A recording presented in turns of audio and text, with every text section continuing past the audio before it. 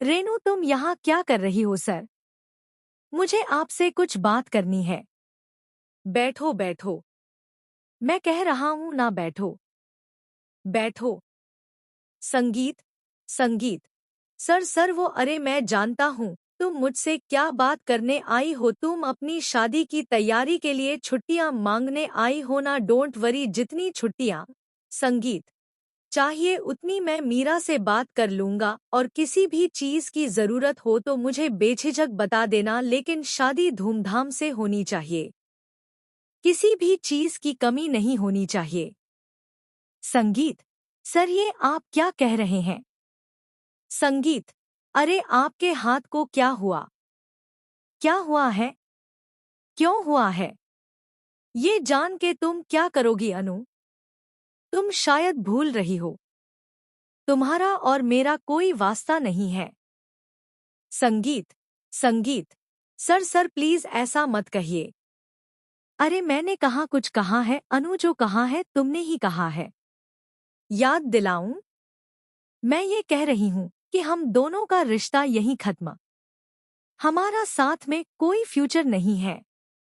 आप मुझे भूल जाइए। सबके बात कहने सुनने के लिए कुछ बाकी रह गया है क्या? संगीत। सर एक बार मेरी बात सुन। हर बात तो तुम्हारी बात होती है। जब भी मैं कुछ कहने जाता हूँ और तुम अपनी बात निकाल देती हो और मैं कुछ कह नहीं पाता। पर फाइनली जब मैंने तुम्हारे बहुत जिद करने पर तुमसे कुछ कहा तो शायद तुम्हें मेरी बात पसंद नहीं आई। सर ऐसा नहीं है। तो कैसा है ना?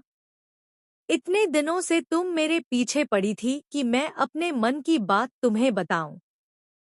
बताओ कि मैं तुम्हारे बारे में क्या सोचता हूँ, इस रिश्ते के बारे में क्या सोचता हूँ। और फाइनली जब मैंने अपना दिल खोल के तुम्हारे सामने रख दिया, तुमने सीधा बोल दिया सब खत्म। हम खत्म। हमारा रिश्ता खत्म। हमारा प्यार खत्म। बहुत बड़ा घाव दिया तूने मुझे। संगीत।